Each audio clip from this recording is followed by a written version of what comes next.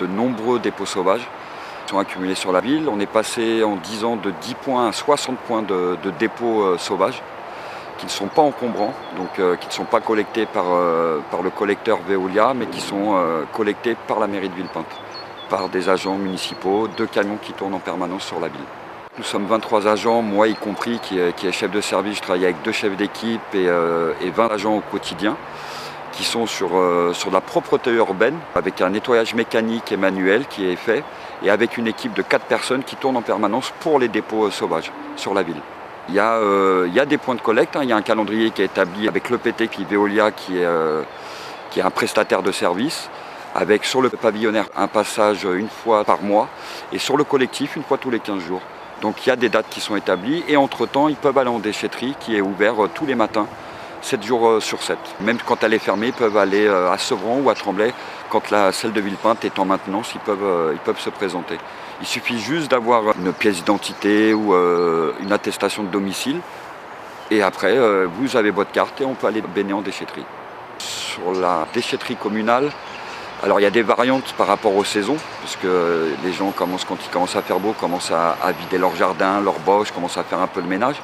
Donc ça varie entre 80 et 160 tonnes par mois de dépôt, et ça représente à peu près 1600 tonnes par an.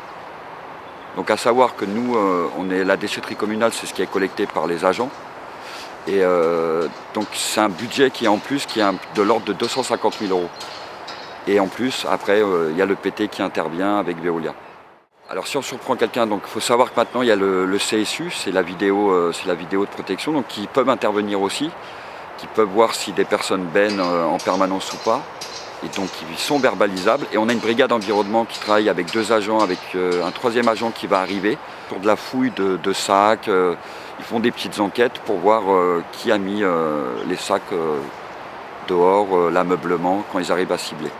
Et donc après il y a un procès verbal qui est établi, qui est envoyé à l'OMP, à l'officier ministère public, pour une verbalisation, jusqu'à 1500 € d'amende. Alors vous en avez qui font le nécessaire, qui appellent, qui sont demandeurs, et d'autres personnes qui ne le sont pas du tout, quoi. C'est un fléau, parce que les gens ne se donnent plus la peine, ne respectent plus les cadres de vie aussi pour certaines personnes, et ils se sentent impunis, donc systématiquement ils mettent dehors. Donc, je pense que tout le monde est acteur par rapport aux dépôts sauvages, surtout les dépôts sauvages.